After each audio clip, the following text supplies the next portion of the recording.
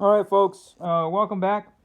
So, just to give you a fair warning, this is probably going to be a long video. I'm going to talk about scales, scale of figures, scale of vehicles, scale of helicopters, and I'll touch a little bit about the scale of trains. Um, so, starting off, why is scale so important? I kind of veer towards the GI Joe world. In the GI Joe world, 118 scale is the running scale, and now we're moving towards the 112 scale. And what do we say? What do we mean by the scale? So basically, it's a ratio. The figure is going to be, say, on the case of 112 scale, the figure is going to be 6 inches. For every inch on that figure, it equates to 12 inches in the real world, based off of a 6 foot person. So if you have a 6 inch figure, that's 6 times 12, 12 being the inches, so that's 6 feet. It's fairly easy, and that works across the board for the 124 scale, 1/6 scale, and so and there's other scales out there too, 124 scale. Um, a little bit different on the train scales, but for the most part on figures, that's what it is. Now, this comes into play with the figures and the vehicles. Um, and whenever we're considering figures and you're thinking about the scale, like back in the days with 118 scale GI Joes, and the original GI Joes were 3 inches and 75, so three and three quarters, um, and they were considered 118 scale. I don't particularly think that anywhere in the box or anywhere like formally they were said to be 118 scale. None that I know of. I could be wrong in that sense. But later on, as the GI Joes developed and the 25th anniversary GI Joes came around, that 4 inch scale or 4 inch size GI Joes were a little bit more accurate to the 118 scale. If you do the math, you kind of see where they're fitting into that 6 foot person type of scenario. Um, and you gotta take in consideration too that these figures have some variance, even though the scale itself is based off of a 6 foot person. You have all sorts of different heights in people, and you're gonna kind of see the same thing about figures within that same scale. 112 scale and 118 scale kind of reflect that. When you see like these two 4 inch scales, or I'm sorry, 118 scale figures, they're based off of that same scale, but one is taller than the other, and that just makes sense. But their accessories, knives, guns, grenades, all that stuff should stay the same, should remain the same. That's kind of the whole point of the scale system. When we move over to the 112 scale, um, we see a figure that's 6 inches. Uh, and certain companies, unfortunately, they don't take the scale system too hard. And of course, that's their prerogative. Personally, I think it's a little bit, I don't know, irresponsible to the consumer. The consumer, of course, being me, and just since, just myself speaking for myself, right? Um, but like this figure, it's a Vietnam figure. Comes with awesome accessories. Looks just awesome. It has, cloth clothing, fairly accurate, awesome details, and it's from Damn Toys. I'm not sure if I'm pronouncing that right, but that's how it reads. Damn Toys. And right on the box it says 112 scale. Now, considering, of course, Vietnam, this is a Vietnam figure, and it's a movie figure. Uh, Maybe the company thought, hey, or maybe the company actually based the height of the actual person, and the person was short. Absolutely understandable, and it just makes sense. But that doesn't mean that that same height should be taken into consideration for the accessories. The accessories should still remain within that 112 scale. The accessories, you take a grenade, you measure that grenade, and it should equate to the same type of scale. That's it. When you apply that scale to that grenade, then you get the diameter of the equipment, like the M16, the grenades, the pouches. Those are objective items that have objective size. Not the subjective height of a particular person, or the uniform. The uniform, of course, we know that there's small clothing, large clothing, and medium clothing, extra large and extra small clothing. So that's hey, you have different size clothing, different size people. But a grenade size, the size of a grenade for that particular year is that size of the grenade for that particular year and model. So it's kind of a ripoff. These toys aren't cheap. This one, I think I got it. I was able to find it for like $80 at that time, and $80 is a lot of money for me. And I didn't just buy the figure for the sake of the figure, but because it had a lot of accessories, it had a lot of detail. So I wanted to use it for other figures for the 112 scale. And once I got it, I can't use it for anything other than its own realm. And it's definitely not 112 scale. It's more like a 114 scale. If it would have said that in the box, I would have never bought it. That's my bad, and that's my loss. I trusted that scale. I trusted that company for that scale. It's inaccurate. So yeah, so that's the importance of the scale system in my, in my world, in my custom making world. This company made for these figures. It would have been great to get an actual 112 scale in order for me to put it into a 112 Jeep that I could custom make it into an RC. But now it's kind of in its own world. So as far as finding a vehicle for that, it's going to be a toss up. And then you have different companies. You have DC Comics, Marvel Comics. You have wrestling figures. Wrestling figures are fairly accurate. They're fairly good at keeping with the scale, the world that they live in. The 112 scale. It kind of varies a little bit depending on WWE, WWF figures and whatnot. But they're fairly good. Then you come across other figures like this. Rock figure is 1/9 scale, completely off. These type of figures are kind of rare. This is one of the only figures that I've seen that's highly detailed in 1/9 scale.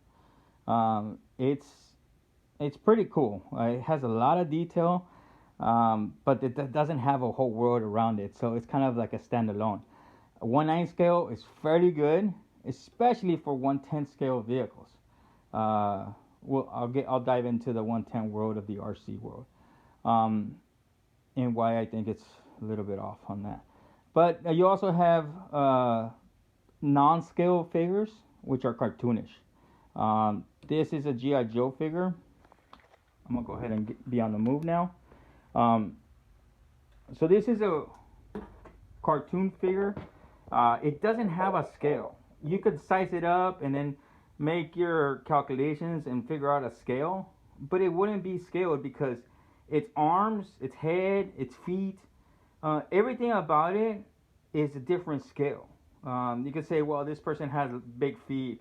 Well, yeah, but then you compare it to the hands, and you compare it to the body, the face, and its accessories. It's a cartoon. It's more of a cartoon scale. So you gotta take that into consideration when we talk about scale. And a lot of these figures, the companies don't give scales because they don't apply. So what I'm gonna do is remove these figures and kind of go into the cartoon scale that I'm referencing right now, because there is some companies that want to make that jump into the scale system with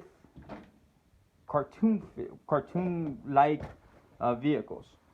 When we look at like the Wild Willie, of course, It was very popular, and it was 1/10 scale originally back in the, I think it was the late 80s, maybe, or mid 80s. It was an awesome vehicle, and Tamiya always put a 1/10 scale on it, even though it was cartoonish. The body of the Jeep was fairly reasonably scaled to that, but then the figure was abnormally large head, um, and it was kind of quasi 1/10 scale. And then you have Tamiya released the 132 scale. You could say that Tamiya scaled down the 1/10 scale to the 132 scale, but the original vehicle was already cartoonish. So, that kind of goes out the door. And this is my version of the Tamiya Wild Willie RC, and it falls, the Jeep body falls within the 118 scale, 120 scale, but as you can see, the head abnormally large. So I consider this to be cartoon scale. Somewhat accurate, but not really. So I can't even say scale on it. When we come across other vehicles, you have somewhat of a scale that's comparable. This is a 118 scale. The vehicle, you can kind of say it's 118 scale, but you're stretching it because it's cartoonish. Right? So again, I wouldn't feel comfortable saying that that's 118 scale. And you have another one here, which is fairly sizable to, I would say, the 118 figure. But again, you have a cartoon mouse, which doesn't exist, abnormally large head to a very tiny body. It's just all sorts. It's out there. So as far as Tamiya, they're obviously gonna package their vehicles in whichever way they want, but to give it a 132 scale, it's somewhat inaccurate. And that inaccuracy is kind of goes across the board. When I look at RC vehicles, and I'm trying to make a determination if I can work with them, to custom make them. Of course, I'm modifying vehicles. I'm taking them apart, and I'm taking them apart from their intended purpose and putting them into somewhat of a realistic scenario. And I'm looking at vehicles, and they're labeled at 118 scale. The RC world is infamous at just modifying all these scales, and not accurate scales. I mean, 110 scale vehicles have a ginormous wheelbase, and I do understand that there's different types of vehicles out there. There's different types of off-road vehicles. There's crawlers. There's real-world crawlers. There's rally vehicles that have a wider base, a wider wheelbase from this point to this point. As you can see with this vehicle, it's fairly accurate for 118 if it was a rally vehicle. The body is fairly accurate. The tires, of course, it could take its freedom because rally vehicles have a wider stance in order for their stability, and they're highly modified. Totally understandable. This RC vehicle, is just the base of the vehicle. The body itself came with a 118 scale, and the body of this vehicle, of this RC vehicle, was somewhat scaled down to 118 figure, but there's no way that this is a 118 scale vehicle. By no means is that accurate. By no means is that even scalable. This is somewhat scalable. This is a far cry from it. They get pretty accurate with the bodies. very inaccurate with the interior, and they take a lot of liberty with the bottom chassis of RCs. Most companies. There's some companies out there like FMS. They're fairly accurate with their wheelbase. They're fairly accurate with their 124 scale, their 118 scale vehicles. I love that company's detail and attention to detail. But there's a lot of other companies out there that they don't really um, they don't really mind, blurring the lines. There is some vehicles out there they get licensed. Some companies go out of their way to license Ford vehicles like the Ford Raptor, Chevy vehicles, and so on. And so they have to be very accurate with their detailing of the vehicle. But as far as the interior is concerned, eh, the scale goes out the door. I've bought many seats, like actual like seats for a 110 scale vehicle, and I buy them because I know that they're inaccurate, and I can usually fit a 118 scale vehicle, 118 scale figure into that seat. That's how off they are. That a 110 scale in their world equates, in the scale world to a 118 scale figure. And that's kind of sad, I think. And I've learned these lessons from buying things and being highly disappointed. Sometimes sending them back and asking why, but you know they don't ever come. They don't ever get back to me. Maybe I'm just complaining. So the train world, the whole scale, G scale, O scale. There's so many trains out there. They're fairly good about putting actual scales to it. G scale is like 1 to 1/22nd scale. O scale is 1/43.5 scale. That's how accurate they can get, because they have a train, and their train models are based off of actual dimensions of the trains themselves. So while creating it, there has to be some kind of mathematical equation in order for them to do an accurate representation of that train in a small version. And in doing so, math comes into play, and in doing so, you get a ratio. So they're good about putting that ratio in numbers on their vehicles. They create elaborate dioramas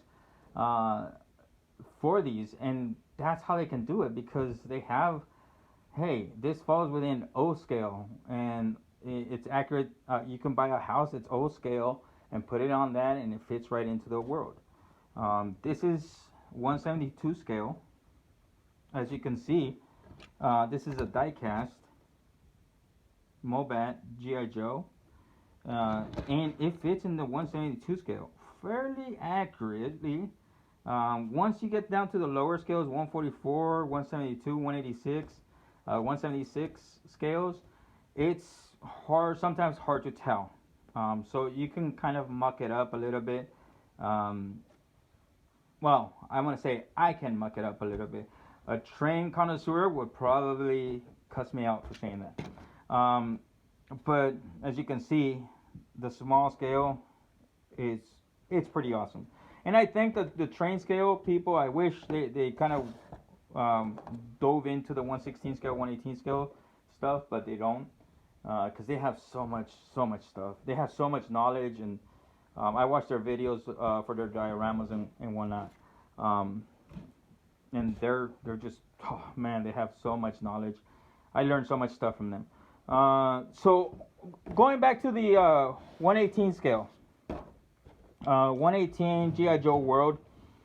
This is one of my creations. This is my version of the Vamp, my Vamp Stinger. I think you folks have seen it. It's a big vehicle. I mean, this is a beast. It doesn't exist. So I could take some liberties. I can, there's, kind of a roundabout liberty taken to a custom vehicle that doesn't exist. I can say this is just kind of like a big monster truck or a big MRAP. a smaller scale version of an MREP. I'll cover the MREP in a little bit. But I've taken some liberties because it doesn't exist. The GI Joe world kind of made up its own vehicles. We look at the water moccasin. The water moccasin, when you look at the water moccasin in cartoon form, in the cartoons, the water moccasin in some of those shows and some of the TV shows, the cartoon shows, it was a big vehicle. Like, it was wide. Uh, they scaled it down. This is um, a modern version of the water moccasin, and it's a little bit larger. I think it's a little bit larger than the original. This is highly modified. Is my RC, um, but they had the decency to kind of repackage it and kind of put the picture in, how do you say, in perspective to the toy itself. So they almost how do you say, uh, tweaked our perspective of what the watermarking should look like in real person, and they created it to the scale of 118 scale of 3.75 or three quarter 118 world of the GI Joe, and that's understandable and that's acceptable because it created its own world. And again, not one time do you see on this box or any of the GI Joes the 118 scale, or being sold as a 118 or being packaged as a 118 scale. So I appreciate that. It created its own kind of scale system. Somehow or another, it got tagged with the 118 scale. Again, I don't know if it was formally tagged as 118 or just informally. Just kind of defaulted into that. You come across vehicles like this one. I believe this is a Trumpeteer 1/16 scale vehicle, and the MRAP. I have a few videos about this MRAP, but this is kind of one of those vehicles that in real life, it's a beast. It's ungodly huge. It's not like any other vehicle. You compare it to a Humvee looks small compared to the MRAP in real life. It doesn't take any other like noticeable features for any other vehicle. So in its own realm, in reality, it has created its own scale. I like this vehicle. This is an awesome vehicle. But this kind of is like a real world version of what the G.I. Joe did, the G.I. Joe Hasbro brand did, and created its own reality scale. Awesome vehicle. It's kind of one of a kind. So when I come across RCs, I'm not sure if you're familiar with my work, but what I do is take real RC vehicles and then incorporate them into GI Joe vehicles, and then I try to maintain the aesthetics of the GI Joe vehicle. So I play around a lot with the RCs. I migrated from vehicles to watercraft, and then of course I wanted to try a helicopter.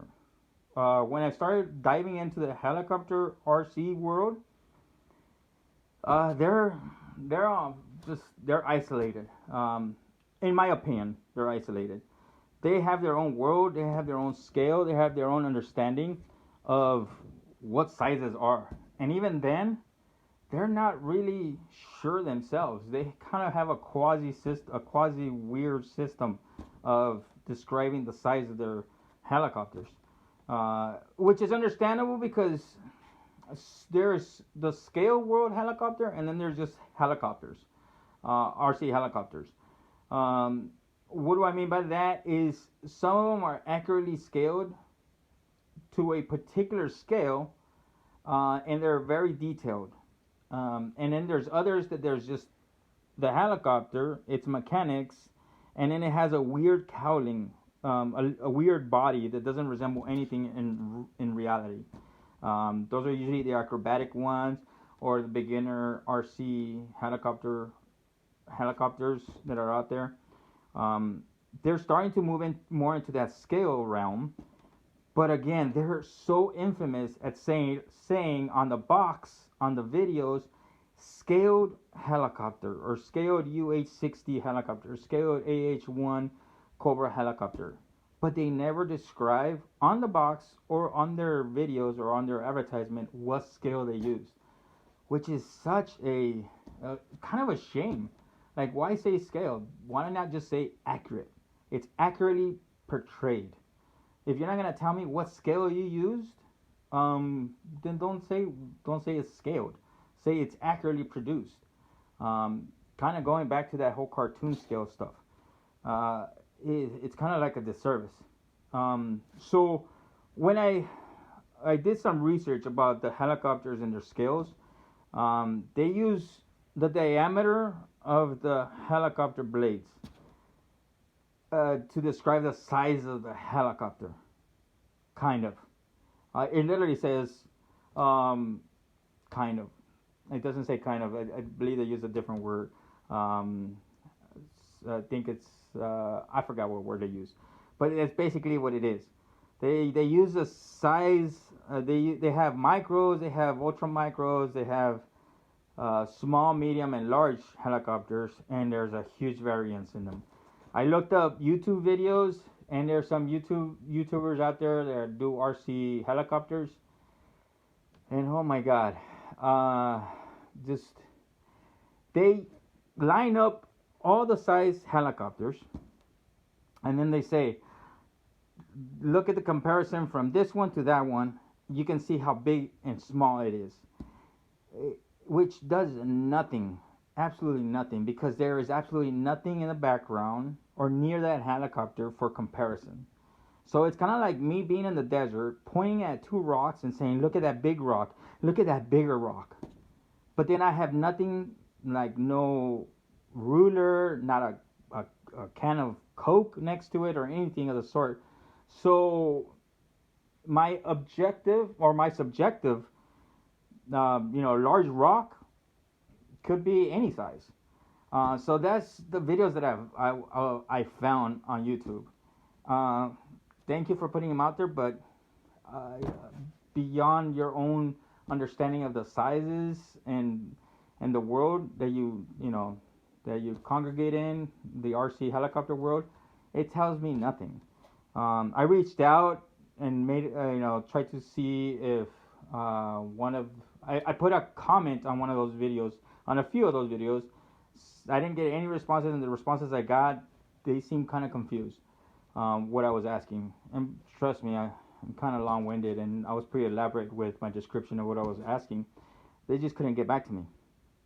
I want to merge my 1/18 scale vehicles, helicopters, into RCs. Get the accuracy of it. Helicopter parts for RCs are so expensive. That's why that trial and error doesn't quite work for me, because extremely low budget person here, and the parts for these RCs are just ridiculously expensive. I was able to find this one by chance. It was super cheap from China, or from, I don't know where I got it from. It took forever to get here, and that was a long time ago, and I got this for like $40, and that was expensive to me. It kind of verges on the 1/12 scale, but I mean, looking at this, somebody in the RC helicopter world would say it's a 300, maybe a 250 millimeter helicopter. I understand that works for the diameter and people that know very well the RC world, the RC helicopter world, but it does nothing for me. And it would be nice for them to try, to kind of like broaden their horizons as far as their scale work. I mean, there's a lot of RC people that are doing real amazing work for scale, but they create their own parts sometimes. But it's not hard to think that an RC helicopter can be modified to work with a 1/18 scale vehicle. As you can see, I did my best on this. This was my first try. I'm still somewhat working on this, but it got expensive. And from what the modifications, I still have to do modifications to the helicopter itself. but hopefully sooner or later I'm gonna get this thing to fly, 1/18 scale. Um, so yeah, uh, the RC world, I understand that they have their own understanding, but if you were gonna use scales, then kind of, I mean, math is math. It doesn't change between realities. Of course, there's the metric system and the standard, or what do they call it? There's another word for that system. Um, the imperial system. The imperial system and the metric system. Uh, so, I mean, I understand the centimeters versus inches situation, but still, it's math. It's translatable. You can say 1/12 scale within the metric system, or within centimeters, 1/20 scale or whatever. That scale is mathematics. It's firm. That's how we base our whole roads around. I've built different scale vehicles.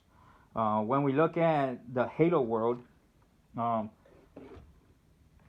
they're I don't know, their toys, the way they license their toys, I'm not too sure.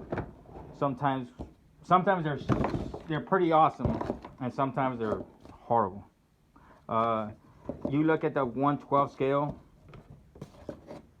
figures, and sure, these were cheap figures. These were Walmart figures. They're 12 inches across the board. The Halo world, everybody knows that the Master Chief was ginormous compared to a regular Marine, UNSC Marine. The Warhog was a humongous vehicle. 1/18 scale version of the Warhog, 1/18 scale version of the figures, awesome job. Outside of that, their micro figures were good, and then they have two other lines out there that just are horrible. Like this one, I mean, this vehicle was supposedly for the 1/12 scale. It fits in there. It fits and it sits like he's riding a lowrider, but it doesn't look right. It's not proportional for the Marine and for the Master Chief. The Master Chief, of course, is going to look huge in it, but there's no way. I mean, he towers over this vehicle. Again, I understand these toys are cost efficient, cost effective, and they might be geared towards more of kids. Of course, toys are completely understandable, but scale wise, I mean, these figures in vehicle aren't necessarily scaled or trademarked or what's that word? Advertised, advertised as scaled vehicles. But just me complaining. I have my other vehicles over here. The Dreadnought trike. That one, it's just pieced together. I mean, that was always a vehicle that was pieced together, so I'm comfortable taking liberties with it. It kind of fits the 1/12 scale, and the look of the 1/12 scale compared to the 1/18 scale Dreadnought tricycle. And then I have the 1/12 scale Halo Warthog. Again, Cobra kind of had all the vehicles that were somewhat experimental or made up, like the HISS tank.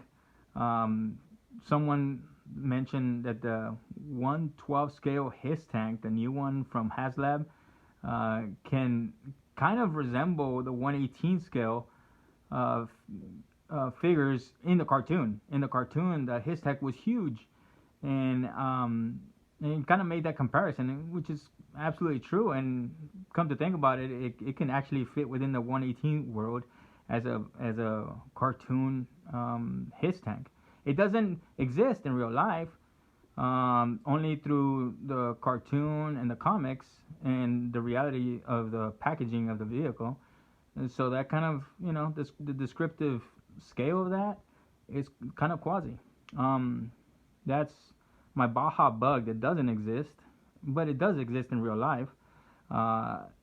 that's 112 scale. I made that from scratch. I'll go into videos on that later on. And of course my vamp. And the vamp is somewhat scaled to 112 scale. I didn't do any math on that when I built that vamp. I didn't do any math on the bug neither. Uh, yeah, I'm kind of being hypocritical on it because I'm harping on scale while I'm creating these vehicles. If I did the math, maybe they will come out to be looking more accurately, especially the bug. I do go off of aesthetically. Does it look like that particular 6-inch figure would fit in that bug? I get fairly accurate. I get fairly good good results going off of that. Kind of like these two vehicles. There's no measurements other than it doesn't look right. I'm gonna destroy it and put it back together and add a little bit to it. That bug was destroyed, I think 3 or 4 different times. I made it. I was almost done with it. Almost gonna paint it, and then it was I stepped back, look at it. It doesn't look right. So I destroyed it, rebuilt it, and yeah, there's a lot of patchwork. It doesn't look like it, but there is. But that's kind of my process in creating something from nothing. The sad fact with huge companies is that they invest so much money to be accurate. Sure, in their schematics, in their work to create an accurate vehicle, they have the scale right on the sheets, right on the programs, right on whatever they're doing. To be that accurate, why not put it in a package? You know, just slap the number on the package. Just create a whole different world. You could create a whole different, collector situation, and kind of promotes your toy, in my opinion. All right, folks. Hopefully, a helicopter RC person or helicopter RC enthusiast sees this and can, fill me in on a little bit more detail as far as the size of those helicopters and being able to work with those and maybe trade secrets on that. All right. Hopefully this video helped. If you have any questions, shoot me a message on YouTube and I'll try to respond as quickly as I can. Have fun out there.